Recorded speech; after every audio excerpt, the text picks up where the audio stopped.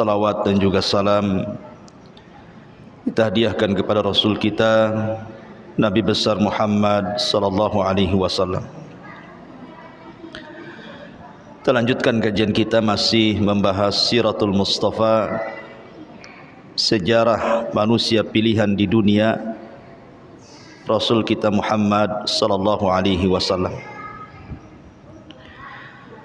Dan kita masih menjelaskan tentang sejarah kelam Yahudi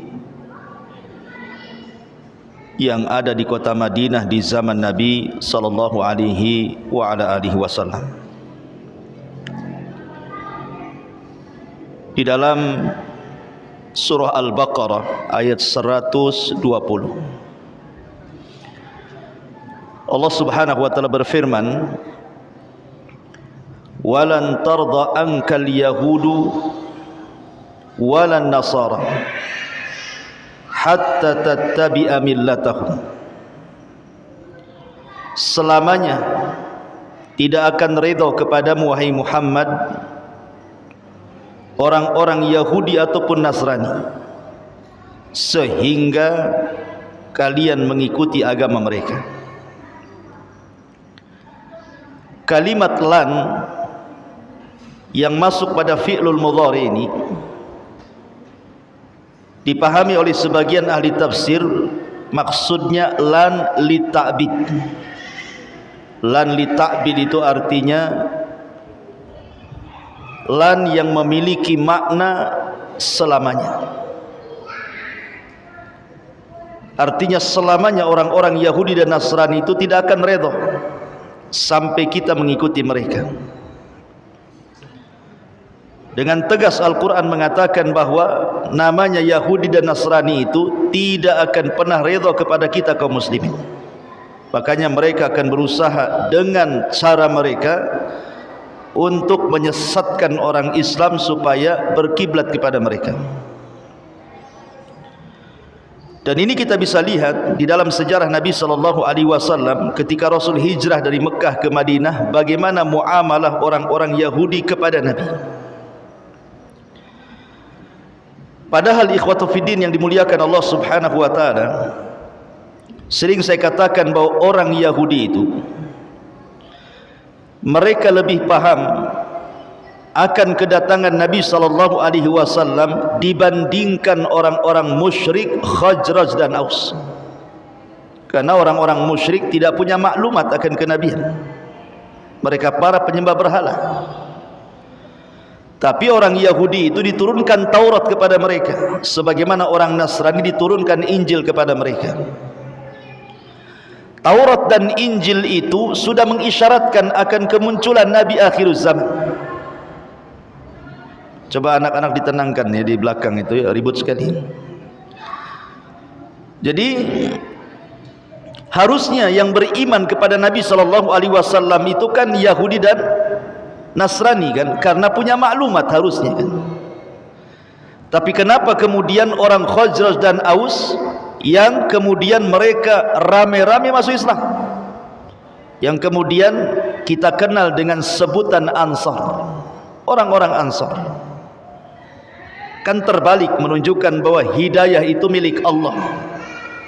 Allah berkehendak siapapun yang akan diberikan hidayah oleh Allah Subhanahu wa taala. Ibnu Ishaq, seorang muarrikh ahli tarikh, menceritakan sebuah kisah dari Ummul Mukminin Safiyah bintu Huyai ibn Akhtab. Safiyah ini salah satu istri Nabi sallallahu alaihi wasallam. Dia putri daripada pembesar Yahudi namanya Huyai ibn Akhtab. Jadi Safiyah bercerita tentang bapaknya Huyai bin Akhtab ini. Dia mengatakan bahwa aku, kata Safiyah ini, kuntu ahabbu waladi abi ilaihi. Aku ini anak yang paling disayang bapakku. Wa ila ammi Abi Yasir. Bahkan pamanku namanya Abi Yasir juga sangat mencintai aku dibandingkan anak-anaknya. Jadi Safiyah ini memang Walaupun dia seorang wanita, tetapi sangat dicintai ayahnya dan sangat dicintai pamannya Abu Yasir melebihi anak-anaknya. Kata Safiyah, ketika Nabi SAW datang dari Mekah ke Madinah hijrah, jadi bapakku, maksudnya Huyai ibn Akhtab ini, dengan pamanku Abi Yasir ingin mengintai apakah betul yang datang itu seorang nabi atau orang yang ngaku-ngaku nabi. Ini dua orang Yahudi ini kemudian akhirnya mengintai Nabi SAW, yang ketika itu disebutkan bahwa Nabi SAW baru sampai di Kuba, di kabilah Amr ibn Auf, dan Nabi SAW singgah di situ. Akhirnya kemudian pagi-pagi buta nih Huyai ibn Akhtab ini dan Abi Yasir kemudian bertolak dari rumahnya menuju Bani Amr ibn Auf ini, sambil kemudian memperhatikan Nabi SAW. Lama mereka memperhatikan, dari pagi sampai sore, baru mereka pulang. Setelah kemudian mereka pulang, kata Safiyah ini yang menceritakan, istri Nabi ini, aku melihat wajah ayahku tidak seceria ketika dia berangkat, murung wajahnya. Kemudian aku pun menguping apa yang dibicarakan bapakku Huyai ibn Akhtab dengan Abu Yasir pamanku. Katanya Abi Yasir berkata kepada Huyai ibn Akhtab, huwa, apakah memang itu yang engkau lihat bahwa memang dia seorang nabi? Abu Yasir berkata ini kepada Huyai ibn Akhtab, apakah dia memang seorang nabi? Huwa, katanya. Maka kata Huyai ibn Akhtab, na'am, ya, wallahi dia itu nabi, katanya. Karena sudah kucocokkan alamat tanda-tanda yang kubaca dalam Taurat persis seperti apa yang ada pada dia, katanya. Tapi lihat bagaimana hasadnya orang Yahudi ini. Katanya kemudian Abi Yasir berkata lagi, bagaimana pendapatmu tentang dia? Apakah kita harus ikut dia? Maka lihat jawaban Huyai ibn Akhtab, qala adawatuhu wallahi ma baqaitu, katanya. Demi Allah, selama aku hidup, aku akan jadi musuh dia selamanya, katanya. Dia sudah tahu dia nabi, tapi dia malah mengatakan seperti itu. Demi Allah, selama aku masih hidup, aku akan jadi musuhnya, katanya. Padahal ketika ditanya oleh Abu Yasir, huwa, apakah dia nabi? Kata Huyai ibn Akhtab, iya dia nabi, ciri-cirinya persis, katanya. Sehasad itu orang Yahudi. Kenapa begitu hasadnya orang Yahudi? Karena apa yang mereka inginkan, bahwa nabi itu lahir dari lingkungan Yahudi, rupanya pula orang Arab, yang selama ini mereka berperang melawan orang Arab. Kok nabi dari musuhnya pula, gitu. Sehingga itulah yang menjadikan Huyai ibn Akhtab tidak terima.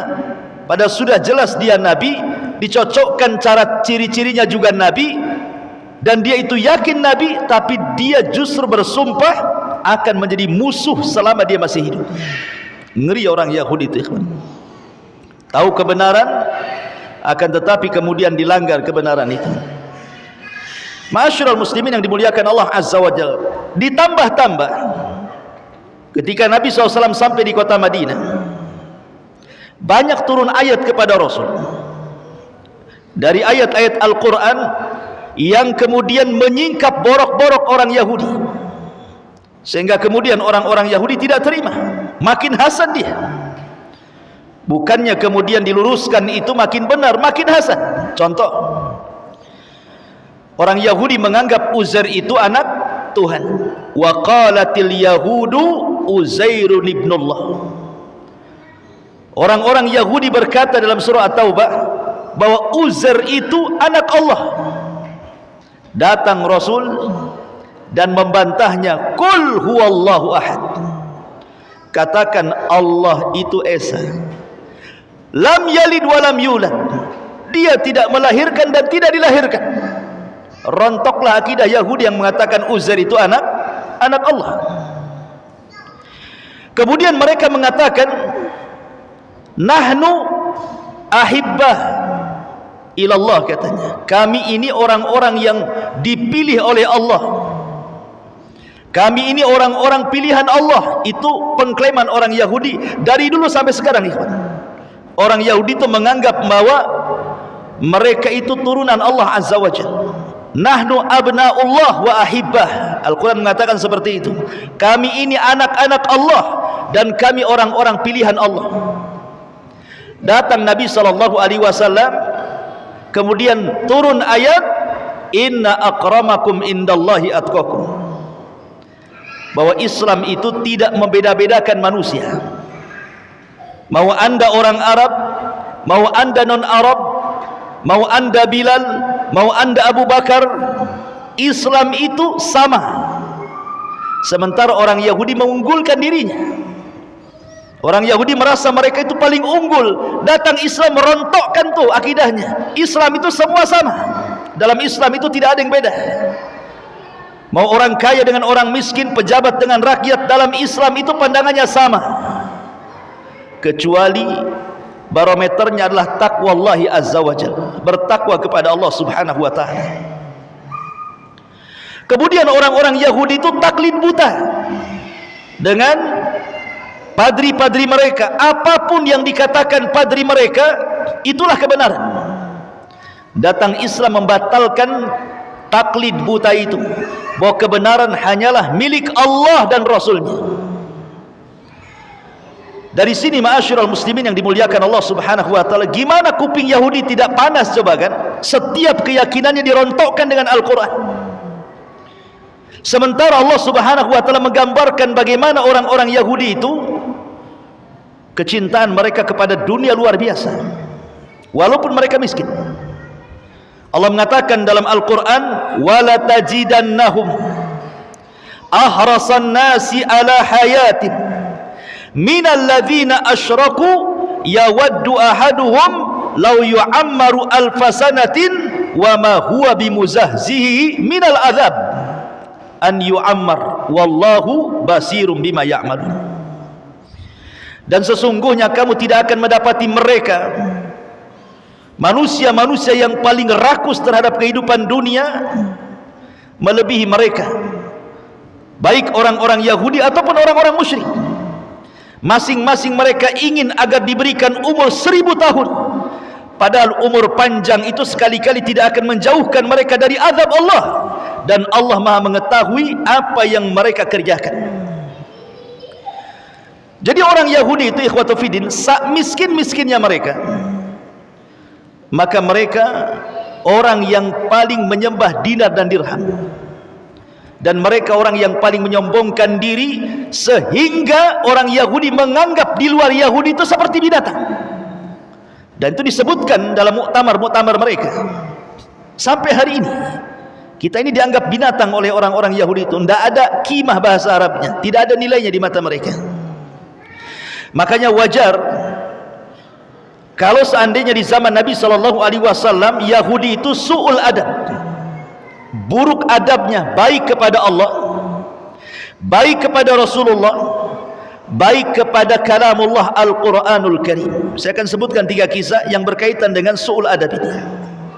Kisah yang pertama, bagaimana buruk akhlaknya orang-orang Yahudi itu kepada Allah. Ma'asyiral muslimin yang dimuliakan Allah Azza wa Jalla, dikisahkan oleh Abdullah ibn Abbas radhiyallahu anhuma tentang kisah Abu Bakar Siddiq radhiyallahu anhu. Jadi suatu ketika kata Abdullah ibn Abbas radhiyallahu anhuma, dakhala Abu Bakrin as-Siddiq radhiyallahu an baita al-midras. Suatu ketika Abu Bakar berjalan-jalan kemudian masuk ke perpustakaannya orang Yahudi. Jadi di situ tempat markasnya orang Yahudi belajar, midras namanya. Fawajada min Yahud nasan katsiran wa qad ijtama'u ila rajulin minhum yuqalu lahu Finhas. Tiba-tiba Abu Bakar Siddiq radhiyallahu anhu melihat kok ramai orang-orang Yahudi di situ, sedang belajar kepada seorang padri yang namanya Finhas. Yahudi ini, rahib ini namanya Finhas. Kana min ulamaihim wa akhbarihim. Si Finhas ini termasuk ulama Yahudi dan termasuk ahli ibadahnya dari kalangan Yahudi. Wa ma'ahu habrun yuqalu lahu Asya'. Dan di samping Minhas ini ada seorang padri juga namanya Asya'. Jadi ada dua di situ padri yang sedang mengajar. Satu namanya Finhas, satu namanya Asya'. Dua-duanya tokoh besarnya Yahudi. Dan manusia berkumpul kepada Asya'. Jadi Abu Bakar Siddiq radhiyallahu an mendatangi Finhas, pembesar Yahudi ini. Kemudian mengatakan, "Waihaka ya Finhas, ittaqillah wa aslim, fa wallahi innaka la ta'lam anna Muhammadan Rasulullah qad ja'akum bil haqqi min indillah tajidunahu maktuban indakum fit Taurati wal Injil." Lihat keberanian Abu Bakar. Ya. Dia datang kepada pendeta Yahudi. Apa kata Abu Bakar? "Wahai Finhas, celaka engkau. Masuklah kau ke dalam Islam. Demi Allah, bukankah engkau sudah tahu bahwa Muhammad adalah utusan Allah dan sungguh telah datang kepada kalian kebenaran dari sisi Allah yang kalian ketahui dan ditulis di dalam kitab kalian Taurat dan Injil bahwa Muhammad itu Rasulullah. Masuklah kau ke dalam Islam." Masuk ke lingkungan Yahudi langsung ngomong itu Abu Bakar. Kamu kan sudah tahu bahwa Muhammad itu Rasulullah dan itu berdasarkan kitab kalian. Kenapa kalian tak masuk Islam? Itu maksudnya. Akhirnya kemudian Finhas mengatakan kepada Abu Bakar, "Wallahi ya Abu Bakrin, demi Allah wahai Abu Bakar, ma bina ilallahi min faqrin wa innahu ilaina la faqiran." Abu Bakar, kami tidak berhajat kepada Allah. Allah yang berhajat kepada kami. Ya, bayang depan Abu Bakar, dia mengatakan apa? Kami tidak butuh dengan Allah Tuhanmu. Dia Tuhanmu yang butuh dengan saya, katanya. Wa man tadarra ilaihi kama yatadarra ilaina. Sebagaimana bukan kami yang harus meminta doa kepada dia, dia harus meminta kepada kami, katanya. Di Bali itu kurang ajar di Bali. Ya. Allah dihina coba sama orang Yahudi. Akhirnya kemudian orang Yahudi ini ingin membuat syubhat. Kenapa dia sampai ngomong begitu? Wahai Abu Bakar, bukankah dalam kitabmu, maksudnya Al-Quran, ada ayat, "Man dzalladzi yuqridullaha qardan hasana fayudha'ifahu lahu adhafan katsira wallahu yaqbid wa yabsut wa ilaihi turja'un." Barang siapa yang meminjami Allah dengan pinjaman yang baik, maka Allah akan melipat gandakan ganti kepadanya dengan yang lebih baik. Lihat Abu Bakar ayat ini. Kalau Tuhanmu kaya, kalau Tuhanmu kaya, kenapa dalam Qur'anmu barang siapa yang meminjami Allah, berarti Allah itu fakir, dia pinjam sama kita. Syubhatnya orang Yahudi. Ya. Kemudian kalian datang melarang kami riba. Tidak boleh riba. Tapi Tuhanmu berbuat riba, katanya. Karena di sini kalau kita meminjamkan kepada Allah, Allah lipat gandakan gantinya, kan? Kurang ajar enggak, kata orang Yahudi itu juga. Ya. Dia ngasih syubhat kepada Abu Bakar. Emosi Abu Bakar, nggak tahan dia. Ditamparnya si Finhas di depan orang, ditampar. Ya. Kemudian pergi. Si Finhas ini merasa dizalimi. Apa salah dia? Kenapa dia sampai dipukul? Datang dia kepada Nabi SAW melapor. Kemudian di hadapan Nabi SAW dia mengatakan, "Ya Rasulullah, unzur ma sana'a bi sahibuk." Lihat apa yang diperbuat temanmu si Abu Bakar itu. Dia sudah memukul wajahku, katanya. Kemudian Rasul mengatakan kepada Abu Bakar, "Ya Abu Bakar, ma hamalaka ala ma sana'ta?" Betul kau lakukan itu wahai Abu Bakar? Kata Abu Bakar, "Bala, tentu. Aku lakukan itu." Ya. Kenapa kau lakukan? Kenapa kau pukul dia?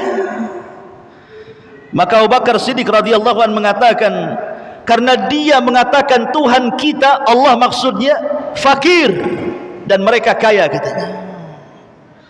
Maka Rasul mengatakan, "Ya Finhas, betul apa yang dikatakan Abu Bakar?" "Oh, enggak benar. Aku enggak pernah mengatakannya," katanya. Kurang ajar dia kan. Ya. Jadi munafik itu bukan orang musyrik saja seperti Abdullah ibn Ubay saja, tapi Yahudi juga ada munafiknya. Karena kaidah munculnya munafik itu apabila Islam kuat, maka kuatlah munafik. Kalau Islam lemah, maka lemahlah munafik. Jadi munafik itu sesuai dengan kekuatan Islam. Kalau Islam kuat, munafiknya makin kencang. Kalau Islam lemah, justru nggak ada munafik. Ngapain kalau Islam lemah jadi munafik? Jadi kafir aja lah. Kan gitu bahasanya. Makanya karena Islam kuat jadi munafik dia. Jadi ada orang Yahudi yang munafik juga. "Oh enggak, aku enggak ngomong gitu sama Bakar." "Kadzabta ya Abu Bakrin, dusta kau ya Abu Bakar," katanya. Maka kemudian Allah Subhanahu wa taala turunkan ayat karena Abu Bakar, karena masalahnya tidak ada saksi. Sehingga kemudian Abu Bakar tidak bisa membela diri, kan begitu. Tapi ucapan Abu Bakar hak, makanya Allah turunkan ayat. Satu ayat untuk si Finhas, satu ayat untuk Abu Bakar. Ya. Satu ayat untuk si Finhas ini turun surah Al-Imran. Turun surah kepada Abu Bakar turun surah Al-Imran, "La tublawunna fi amwalikum wa anfusikum wa la tasma'unna minal ladzina utul kitaba min qablikum wa minal ladzina asyraku adzan katsira wa in tasbiru wa tattaqu fa inna dzalika min azmil umur." Ayat ini turun kepada Abu Bakar mengobati luka Abu Bakar karena merasa bahwa beritanya tidak diakui. Maka Allah mengatakan, "Kamu sungguh akan diuji terhadap hartamu dan juga dirimu, dan juga kamu sungguh-sungguh akan mendengar dari orang-orang yang diberikan kitab sebelum kamu, dan dari orang-orang yang mempersekutukan Allah gangguan yang sangat menyakitkan hatimu." Allah dihina apa enggak sakit?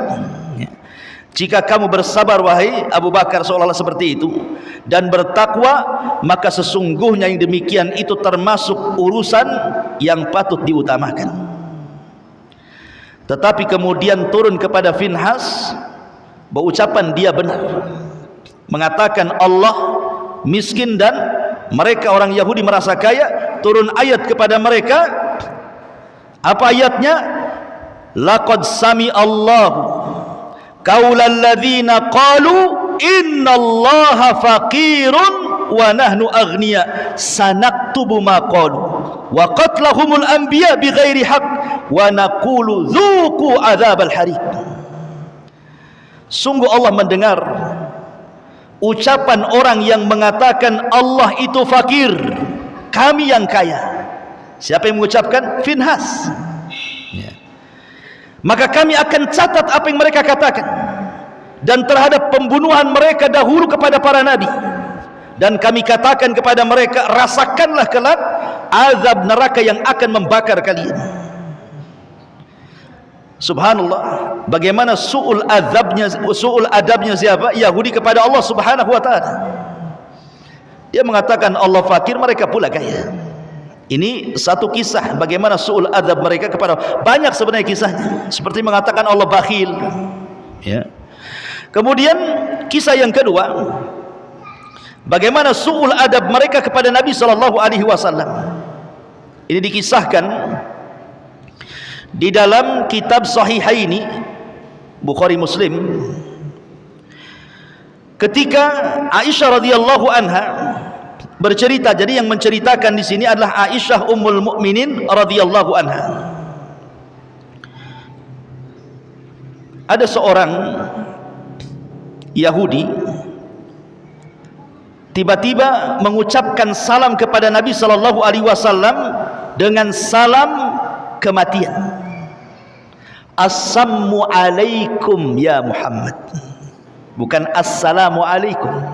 Assamu alaikum. Beda kalau assalamu alaikum dengan assamu alaikum. Kalau assalamu artinya selamat. Kalau assam itu artinya racun. Seolah-olah kalau diartikan assamu alaikum, mati aja kau Muhammad gitu bahasanya ya. Kalau assalamu alaikum, mudah-mudahan Allah Subhanahu wa taala berikan keselamatan kepadamu wahai Muhammad. Aisyah radhiyallahu anha, ummul mukminin, mendengar ucapan orang Yahudi ini, kemudian ngomong sama Nabi sallallahu alaihi wasallam. Ya Rasulullah, kata Aisyah, kenapa kau tidak jawab mereka dengan membalik kata-kata mereka? Bukankah mereka adalah abna'u al-khanazir, anak-anaknya babi katanya. Aisyah mengatakan abna'ul khanazir, karena orang-orang Yahudi dikutuk menjadi kera dan babi, kan begitu ya. Kunu qiradatan khasiin, kan itu. Jadi Aisyah radhiyallahu mengatakan, kenapa kau tidak balas mereka? Bukankah mereka adalah abna'u al-qiradata wal khanazir, anak-anaknya kera dan babi, kata Aisyah. Apa kata Nabi SAW? Wahai Aisyah, jangan seperti itu. Islam tidak mengajarkan kekotoran bicara. Rasul mengajarkan adab. Jangan dibalas keburukan dengan keburukan, balaslah keburukan dengan kebaikan. Rasul ingin mentarbiah istrinya nih. Nah, harusnya antum gitu. Kalau istri sudah mulai gibah, antum tegurlah. Janganlah gibah. Jangan pula antum yang mancing. Cemana kondisi tetangga sebelah? Antum pula yang mancing. Antum yang tegur. Sudah. Nggak usah lagi cerita si anu dah. Masak aja. Ya. Jadi Aisyah radhiyallahu anha emosi Aisyah. Rasul itu nggak terpengaruh sebenarnya. Mau dicaci maki Rasul sudah biasa. Lebih parah lagi ketika dia berada di Mekah, kan gitu ya. Dikatakan gila, dikatakan tukang sihir, sudah biasa bagi Nabi. Apalagi hanya mengatakan assalamualaikum. Rasul itu tidak dimasukkan ke dalam hati. Dan ini tarbiyah bagi kita, kan. Kalau ada orang-orang yang mengucapkan kalimat buruk kepada kita, tidak perlu masuk ke dalam hati. Cukup masuk telinga kanan, melesat ke telinga kiri. Kalau perlu masuk ke telinga kanan, mental lagi, tidak sempat masuk otak. Jadi tidak sakit kali hati kita ini. Itulah tarbiyah Nabi. Akhirnya Nabi SAW mengatakan, sesungguhnya sudah ku jawab, tetapi dengan sebutan wa'alaikum, kamu saja. Nah, gitu maksudnya. Jadi kalau mereka mengatakan mati aja kau Muhammad, kata Rasul wa'alaikum, kau saja yang mati. Gitu maksudnya. Tidak perlu ditambah-tambah kalimatnya ya. Tapi lihat bagaimana su'ul adab di sini, kan. Jelek sekali mereka adabnya kepada Nabi SAW itu. Begitulah su'ul adabnya orang-orang Yahudi. Jadi kalau hari ini kemudian ada orang-orang yang mencela Rasul, menghina Rasul, istihza kepada Rasul, su'ul adab kepada Rasul, dengan mengatakan khamar minuman nabilah, kata subhanallah, naudzubillah. Ma'asyiral muslimin yang dimuliakan Allah Azza wa Jalla. Kemudian yang ketiga, bagaimana su'ul adab mereka terhadap Al-Quran, terhadap Al-Quranul Karim. Ketika orang-orang Yahudi datang kepada Nabi SAW bertanya soal ruh, apa itu ruh? Maka Nabi terdiam, karena Nabi tidak punya jawaban. Nabi tidak boleh menjawab dengan hawa nafsunya. Nabi itu harus menjawab dengan wahyu yang diwahyukan kepadanya. Wa ma yantiqu anil hawa in huwa illa wahyun yuha. Rasul itu tidak pernah mengucapkan dengan hawa nafsunya. Pasti setiap ucapannya wahyu yang Allah wahyukan kepadanya. Karena Allah yang mengatakan, "Lau taqawwala alaina ba'dal aqawil la akhadna minhu bil yamin thumma laqata'na minhul watin." Muhammad, kalau engkau berani, kata Allah, mengucapkan sebuah pendapat yang tidak bersumber dariku, kata Allah, ku tarik tangan kananmu, ku potong urat nadimu. Jadi Allah mengancam, ya, tidak boleh Rasul mereka-reka yang Allah tidak katakan. Makanya Rasul diam saja karena tidak tahu jawabannya. Maka turunlah ayat, wa yas'alunaka 'anir ruh qulir ruhu min amri rabbi wa ma utitum minal ilmi illa qalila. Mereka bertanya-tanya kepada wahai Muhammad soal ruh, katakan ruh itu urusan Rabbku dan tidaklah kalian diberikan ilmu kecuali sedikit. Yang ingin saya bahas adalah wa ma utitum minal ilmi illa qalila. Tidaklah kalian diberikan ilmu oleh Allah kecuali sedikit. Ketika orang Yahudi mendengar ayat ini, tidaklah kalian diberikan ilmu kecuali sedikit, datang dia kepada Nabi, wahai Muhammad, kalimat itu untuk kalian atau untuk kami? Wa ma utitu minal ilmi illa qalila, itu maksudnya khitabnya untuk kalian orang Islam atau untuk kami orang Yahudi? Kata Nabi SAW, kullan, semuanya kena. Mau kami orang Islam, mau kalian orang Yahudi, tidaklah Allah memberikan ilmu kecuali sedikit. Mulai mereka membuat syubhat, kemudian mengatakan, ya Muhammad, bukankah dalam kitab maksudnya Al-Quran, ya, ada kalimat bahwa telah diturunkan Taurat dan juga Injil, fiha tibyanan likulli syai', bahwa Taurat dan Injil itu sebagai penjelas terhadap segala sesuatu. Kalau memang Taurat dan Injil yang disebutkan dalam Quranmu itu menjelaskan segala sesuatu sebagai penjelas segala sesuatu, kenapa pula kemudian Allah mengatakan kalian tidak diberikan ilmu kecuali sedikit? Ini kan kontradiktif dengan ayat ini. Katanya sedikit, tapi Taurat dijelaskan dalam Al-Quran sebagai penjelas segala sesuatu. Kan banyak artinya gitu maksudnya. Maka Rasulullah SAW mengatakan, menjawab, hiya fi ilmillah qalilun wa qad atakum ma in alimtum bihi intafa'tum fa anzalallah walau annama fil ardi min syajarati aqlamin. Kemudian wal bahru yamudduhu min ba'dihi sab'atu abkhurin ma nafidat kalimatullah. Kata Nabi SAW, apapun yang tersimpan dalam kitab kalian Taurat, tetap itu kecil sedikit bagi Allah. Kemudian Allah turunkan, seandainya seluruh bumi ini ditanam pohon, kemudian pohon itu menjadi pena dan 7 lautan menjadi tintanya, kata Allah, kalimat-kalimat Allah tidak akan putus, saking banyaknya, ya. Jadi lihat bagaimana su'ul adab mereka terhadap Al-Quran. Mereka mau itu membantah saja, mengadu-adukan satu ayat dengan yang lainnya. Itulah ciri khasnya Yahudi, su'ul adab, buruk adab kepada Allah, buruk adab kepada Rasulullah, dan buruk adab kepada Al-Quranul Karim. Maka siapapun yang tidak punya adab kepada Allah, kepada Rasul dan Al-Quran, maka tidak ubahnya kalian dengan orang-orang Yahudi. Karena itulah ciri mereka orang Yahudi, tidak punya akhlak terhadap Allah, terhadap Rasul, dan terhadap Al-Quranul Karim. Ma'asyiral muslimin yang dimuliakan Allah Subhanahu wa ta'ala. Kemudian kalau kita melihat beberapa perangai orang Yahudi, orang Yahudi ini ikhwatu fiddin, di antara perangai yang buruk adalah mereka tidak suka persatuan kaum muslimin.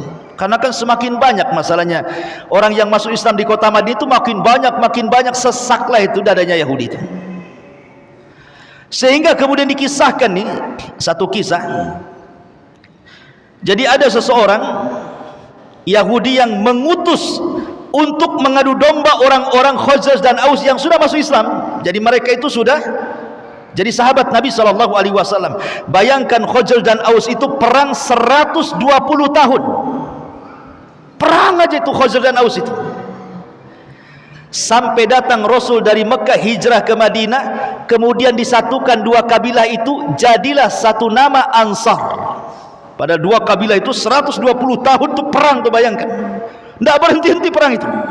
Yang mampu mendamaikannya Nabi Shallallahu Alaihi Wasallam. Jadi ada seorang namanya Syath ibn Qais al-Yahudi. Syath ibn Qais al-Yahudi ini orang yang paling hasad, yang paling jahat dari orang Yahudi. Si Syath ini, Ibn Qais al-Yahudi ini, karena dia adalah pembesar kekufuran, pembesarnya Yahudi. Jadi suatu ketika marra yauman ala nafarin minal ansar minal ausi wal khajraj fi majlisin yatahaddatsun. Lewatlah si Syath ini, Ibn Qais ini, ke tempat yang dulu, tempat itu adalah tempat di mana orang Khazraj dan Aus itu suka musuh-musuhan. Dilihatnya kok mereka damai sekarang, kok mereka akur gitu kan. Akhirnya hasad, tidak terima dia, kok bisa Khazraj dan Aus bisa akur nih, akan kubuat mereka perang katanya. Caranya gimana?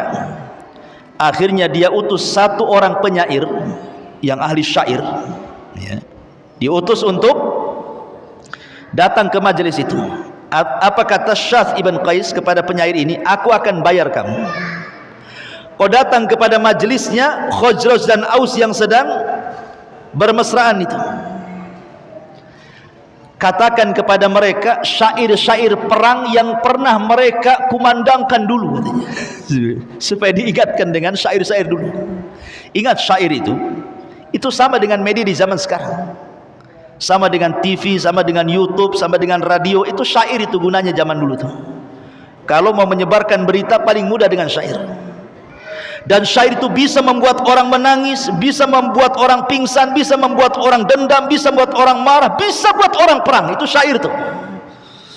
Ya, syair itu luar biasa. Orang sedih aja bisa ketawa dengan syair. Orang tertawa bisa disedih gitu. Itulah syair, kekuatan syair di zaman itu. Datanglah kemudian ke orang-orang Khazraj dan Aus ini dari kalangan Ansar yang sedang ngobrol mesra-mesraan karena sudah nggak ada musuh-musuhan lagi, semua sudah masuk Islam. Ngobrol lah kemudian di tengah-tengah mereka, tiba-tiba dia melantunkan syair-syair lama, kenangan-kenangan lama ketika kedua kabilah ini perang. Bangkitlah emosi orang-orang Khazraj dan Aus ini. Kemudian diingatkan tentang kekalahan Khazraj dari Aus. Aus ini kabilah kecil, Khazraj ini kabilah besar, tapi bisa kalah sama Aus kan itu. Jadi orang-orang Khazraj tidak terima, merasa kemudian direndahkan dengan syairnya itu. Masa kalian ini Khazraj negara besar kok kalah sama negara kecil gitu maksudnya. Emosi, akhirnya terbangkitkan emosi kedua kabilah ini. Mau perang, ambil pedang tuh, udah mau perang tuh, bayangkan. Sampailah kabar ini kepada Nabi Shallallahu Alaihi Wasallam. Bergegas Rasul datang ke tempat itu karena sudah mau hadap-hadapan dengan pedang-pedang mereka. Kata Nabi SAW, atad'unal jahiliyah wa ana baina adhurikum ba'da idh akramakumullahu bil Islam wa qata'a bihi ankum amral jahiliyah wa allafallahu bainakum. Kata Nabi SAW, apakah kalian akan mengembalikan tradisi jahiliyah sementara aku di hadapan kalian? Allah sudah muliakan kalian dengan Islam, dan Allah sudah putuskan tradisi-tradisi jahiliyah yang jahat itu. Bahkan Allah sudah lembutkan kalian. Kemudian Rasul terus menasihati sampai akhirnya mereka melempar pedang-pedang mereka. Fabakau, mereka pun menangis semuanya, saling salaman, saling berpeluk. Kemudian Nabi SAW ikut menangis. Turunlah ayat surah Al-Imran ayat 99. Qul ya ahlal kitab lima tasudduna an sabilillah man amana tabghunaha iwaja wa antum syuhada wa mallahu bighafilin amma ta'malun. Katakan wahai Muhammad, wahai ahli kitab, maksudnya Yahudi dan Nasrani, mengapa kamu menghalang-halangi orang-orang yang beriman dari jalan Allah, kamu menghendaki jalan Allah bengkok, padahal kamu menyaksikannya, dan Allah tidak lengah terhadap apa yang kalian kerjakan. Kenapa kalian hendak menghalang-halangi orang-orang yang sudah masuk Islam? Ngapain kamu? Ya. Jadi Allah Subhanahu wa taala turunkan ayat ini menyebutkan sifat-sifat orang-orang Yahudi suka memecah belah. Jadi kalau ada provokator dalam dakwah itu, jangan-jangan nih masuk sifat-sifat Yahudi pula, suka memecah belah. Karena orang Yahudi tidak suka kalau seandainya Islam berkembang, hasad dia. Ya. Ma'asyiral muslimin yang dimuliakan Allah Subhanahu wa taala, lihat bagaimana ketidaksukaannya orang-orang Yahudi kepada kaum muslimin yang ada di kota Madinah. Bahkan mereka itu tukang hasud, bahkan mereka melecehkan kehormatan seorang wanita muslimah pula. Ada di Madinah itu, di antara kabilah Yahudi itu namanya kabilah Bani Qunaiqah. Kabilah Bani Qunaiqah. Kabilah Bani Qunaiqah itu kabilah Yahudi yang pertama yang terusir dari kota Madinah. Kabilah Bani Qunaiqah. Kenapa demikian? Jadi ketika kaum muslimin ini menang di perang Badar, orang Yahudi tidak suka, kemudian mengejek, ialah musuh kalian orang-orang musyrik, patutlah kalian menang katanya. Coba kalau musuh kalian aku, orang Yahudi, kalah kalian. Kan kurang ajar tuh. Ialah musuhnya orang-orang itu, cobalah musuh perang sama kami katanya. Dah kalah kalian. Sampai berita ini kepada Rasul. Ya, bayangkan. Ditambah-tambah kemudian Bani Qunaiqah ini mengutus utusan ke Quraisy. Untuk apa? Membangkitkan dendam kekalahan, supaya suruh balas. Kami akan bantu dari Madinah. Udah bayangkan orang Yahudi kan, siasat mereka. Akhirnya kemudian sampai suatu ketika adalah wanita muslimah ke pasar, membeli sesuatu, masuk ke dalam pasar. Kemudian dipaksa orang Yahudi untuk membuka cadarnya, membuka hijabnya, auratnya. Wanita ini tak mau, fa'abat, tak mau. Rupanya ketika wanita ini duduk, jilbabnya diikat di kursi. Dia tidak sadar kalau diikat. Pas bangun, ketarik, nampaklah auratnya. Menjeritlah wanita ini. Kemudian meminta pertolongan kepada kaum muslimin. Ada satu pemuda muslim ini enggak terima. Cari siapa yang mengikat kain wanita itu. Rupanya mengikat itu pemilik toko Yahudi. Langsung ambil pedang, tebas kepalanya, mati. Ketika kemudian, itu kan pasarnya Yahudi tuh, pasarnya Bani Qunaiqah, orang Yahudi semua di situ. Ketika kemudian ada seorang muslim ini membunuh, karena apa? Karena dia sudah melecehkan seorang, ini satu pasar nggak terima, dikejarnya orang muslim yang membunuh satu Yahudi ini, kemudian dihakimi rame-rame, mati juga. Sampai berita ini kepada Nabi SAW. Berarti Bani Qunaiqah ini sudah merobek perjanjian piagam Madinah. Ya, kan sudah ada piagam itu. Tidak boleh saling mendolimi, harus saling menjaga, dan begitu seterusnya kan. Ada 51 butir dalam piagam itu. Dan semua kemaslahatan dengan sangat adilnya dalam piagam itu. Betul-betul menerapkan syariat Islam. Berarti orang Yahudi sudah melanggar tuh. Dari situ Rasul mempersiapkan pasukan, melucuti senjata orang-orang Bani Qunaiqah, kemudian diusir keluar dari Madinah. Akhirnya mereka tinggal di perbatasan Syam. Seperti itulah jahatnya orang-orang Yahudi kepada kaum muslimin di zaman Nabi sallallahu alaihi wa ala alihi wasallam. Ma'asyiral muslimin yang dimuliakan Allah Subhanahu wa taala. Kemudian juga di antara mereka ada yang berusaha untuk membuat fitnah. Dengan cara apa? Dengan cara bagaimana kemudian mengolok-olok kaum muslimin, sebagaimana yang sudah saya jelaskan tadi, sehingga mereka harus berpecah. Terkadang juga supaya orang-orang yang sudah masuk Islam ragu-ragu dengan keislamannya. Jadi mereka membuat tasykik, keraguan. Cemana nih caranya? Orang-orang itu kembali kepada kekufuran mereka, balik lagi kepada kemusyrikan itu, jangan masuk ke dalam Islam. Caranya bagaimana? Membuat tasykik, membuat keraguan-raguan. Dengan cara apa mereka membuat keraguan-raguan? Dengan cara memperbanyak tanya kepada Nabi SAW. Jadi mereka itu caranya ada dengan cara mendebat di hadapan para sahabat. Nanti kalau Rasul tidak bisa menjawab, tengok Nabi kalian tidak bisa jawab. Dan itu dijelaskan dalam beberapa riwayat bagaimana orang Yahudi ini berusaha untuk meragukan kaum muslimin dari agama Islam. Contoh beberapa kasus. Ketika orang-orang Yahudi ditanya oleh Nabi sallallahu alaihi wasallam, "Man ahlun nar?" Siapa penduduk neraka? Siapa penduduk neraka? Maka orang Yahudi mengatakan, "Nahnu, kami penduduk neraka. Tsumma takhlufuna antum." Tapi kami sebentar saja, habis itu kau penggantinya. Iya betul, kami penduduk neraka, tapi sebentar saja. Berapa hari? 40 hari saja. Makanya turun ayat, wa qalu lan tamassana an-nar illa ayyaman ma'dudat, katanya. Kalaupun kami harus masuk neraka, paling beberapa hari di neraka itu. Ada yang mengatakan 40 hari diambil dari kesalahan Bani Israel ketika ditinggal Nabi Musa mengambil Taurat, mereka menyembah patung anak sapi. Ya 40 hari itulah kesalahan kami, katanya. Habis itu kalian yang gantikan, kalian kekal di dalamnya, katanya.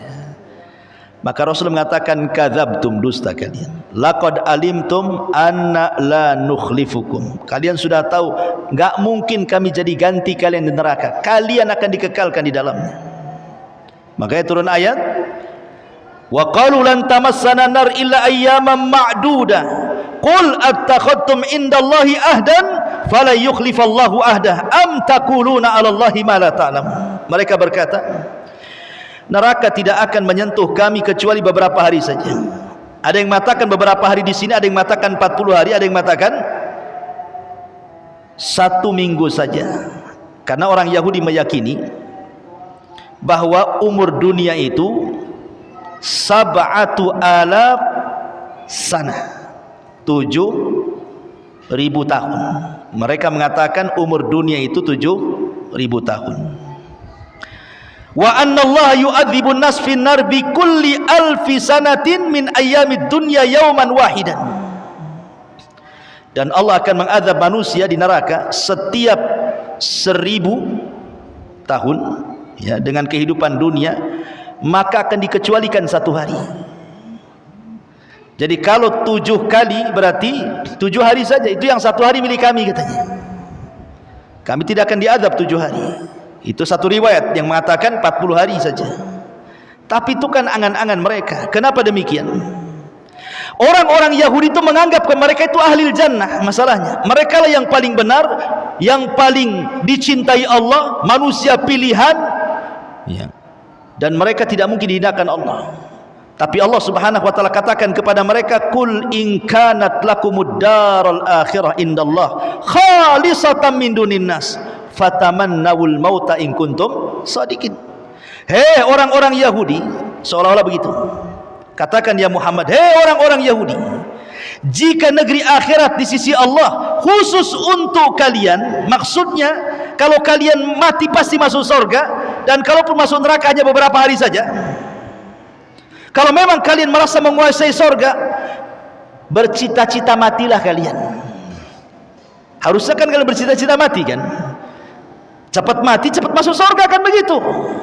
Katakan ya Muhammad kepada mereka, kalau memang negeri akhirat di sisi Allah itu khusus untuk kalian saja, mintalah kematian kepada Allah segera kalian. Kalau kalian benar, supaya cepat mati masuk surga, kan begitu? Tapi apa yang terjadi? Walayatamannawnahu abadan bima qaddamat aydihim wallahu alimun bizzalimin. Tetapi mereka tidak akan menginginkan kematian itu sama sekali, karena dosa-dosa yang telah dilakukan tangan-tangan mereka. Mustahil ada orang Yahudi berangan-angan mati. Karena tadi saya sudah katakan di ayat, kalau bisa umur mereka itu ribuan tahun, kan itu ya. Berarti mereka itu hanya membuat syubhat di tengah-tengah kaum muslimin supaya kaum muslimin ragu-ragu dengan Islam. Mereka membuat bantah-bantahan kepada Rasul tentang Al-Quran. Begitulah wataknya orang-orang Yahudi. Ma'asyiral muslimin yang dimuliakan Allah Azza wa Jalla. Tetapi walaupun demikian, Nabi itu mengajarkan kepada kita tentang sifat kelembutan. Sudah tahu Yahudi itu jahat-jahat, kurang ngajar semuanya. Tetapi lihat muamalah Nabi SAW di kota Madinah. Padahal kan Rasul lebih kuat loh. Jadi dengan menggabungkan Khazraj dan Aus, kemudian kedua kabilah besar di Madinah ini masuk Islam, menjadi mayoritas jadinya. Jadi orang Yahudi makin sedikit, orang Islam makin banyak, kan begitu. Tapi Nabi SAW tetap berpegang kepada piagam Madinah. Kalau Rasul mau kan mereka diusir semua, kan? Tidak, ada perjanjian di situ. Lah di antara perjanjian itu, kaum muslimin tetap memberikan yang pertama hakul haya. Diberikan hak hidup orang Yahudi. Bayangkan diberikan hak hidup. Bahkan Rasul mengancam tidak boleh membunuh kafir dhimmi. Ya, kafir yang satu atap dengan kita, tetangga kita, satu komplek, satu desa, nggak boleh. Dikasih kehidupan, padahal mereka kan menjadi minoritas setelah datangnya Rasulullah, kan. Tapi Rasul tetap berpegang dengan perjanjian, masih diberikan hak hidup. Yang kedua, diberikan hak at-tamalluk. Mereka boleh menguasai harta mereka sendiri, mau berniaga sesuka mereka silahkan, tidak dirampas hartanya. Mereka bebas di kota Madinah, asal jangan keluar dari perjanjian saja. Kemudian juga hakul himayah wad difa. Kalau ada orang yang menyerang mereka, Islam membelanya. Kurang apa tuh? Kamu kalau punya musuh di luar, mereka menyerang kamu, kami yang akan jadi bentengmu. Bayangkan, dikasih perlindungan lagi. Kemudian juga hakul adli. Diberikan hak keadilan dalam muamalah. Bahkan Rasul SAW tidak suka dengan kezaliman. Kalau ada orang muslim mendolimi orang Yahudi, maka tetap orang muslim ini ditindak secara syariat Islam. Ya, seperti yang terjadi ketika seorang muslim membunuh dua orang Yahudi, maka dia harus bayar diat, kan. Itulah bedanya kalau orang kafir membunuh orang Islam, kisos. Kalau orang Islam membunuh orang kafir, dia, ya, karena kehormatan seorang muslim, itu maksudnya. Tapi kalau muslim sesama muslim, ya kisos. Ini kan bandingannya muslim dengan kafir, kan itu. Akhirnya Nabi SAW mencari-cari untuk bayar diat, karena sudah membunuh dua orang, berarti 200 ekor unta tuh. Kan satu orang 100 ekor unta tuh. Subhanallah, Rasul sampai minta kepada orang muhajirin, minta kepada orang ansor, minta kepada yang ada dalam perjanjian itu, suruh infak untuk bayar diat kepada orang yang sudah dibunuh, kepada keluarganya. Sampai seperti itu Nabi SAW membela hak-haknya orang-orang kafir di situ. Tapi orang Yahudi tidak paham dengan ajaran Nabi. Ma'asyiral muslimin yang dimuliakan Allah Azza wa Jalla. Bahkan Rasul SAW pun terkadang mengunjungi, kalau ada orang sakit Yahudi itu dikunjungi. Sampai ada satu kisah, kan, ada orang Yahudi sakit, kemudian Nabi SAW mengunjungi orang Yahudi yang sedang sakit itu. Rupanya anak muda ini, Yahudi ini, dulunya pernah bekerja dengan Nabi, jadi dia tahu akhlak Nabi.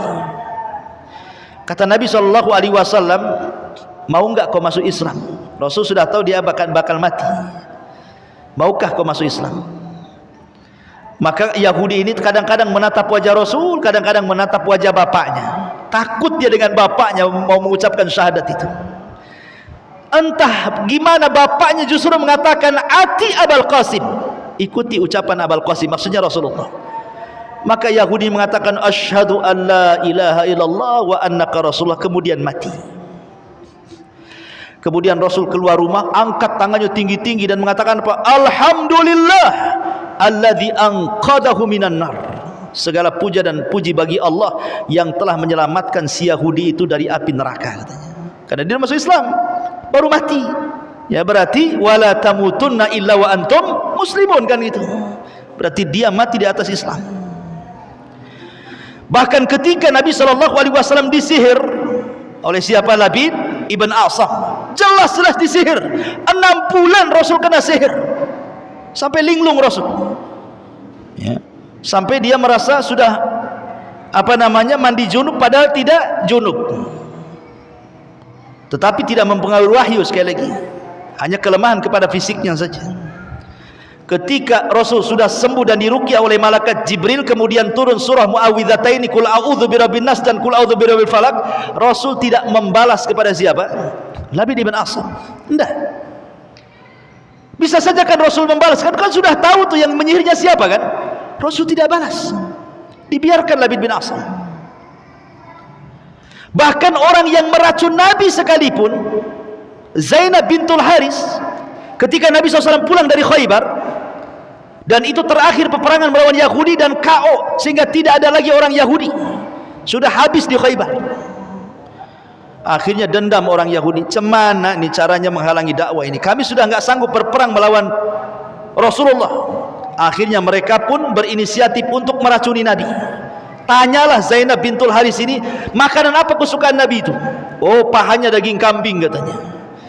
Dimasakkanlah paha daging kambing, dilumuri racun, kemudian dia pun mengundang Rasul yang memang kebetulan kehabisan bekal pulang dari Khaybar.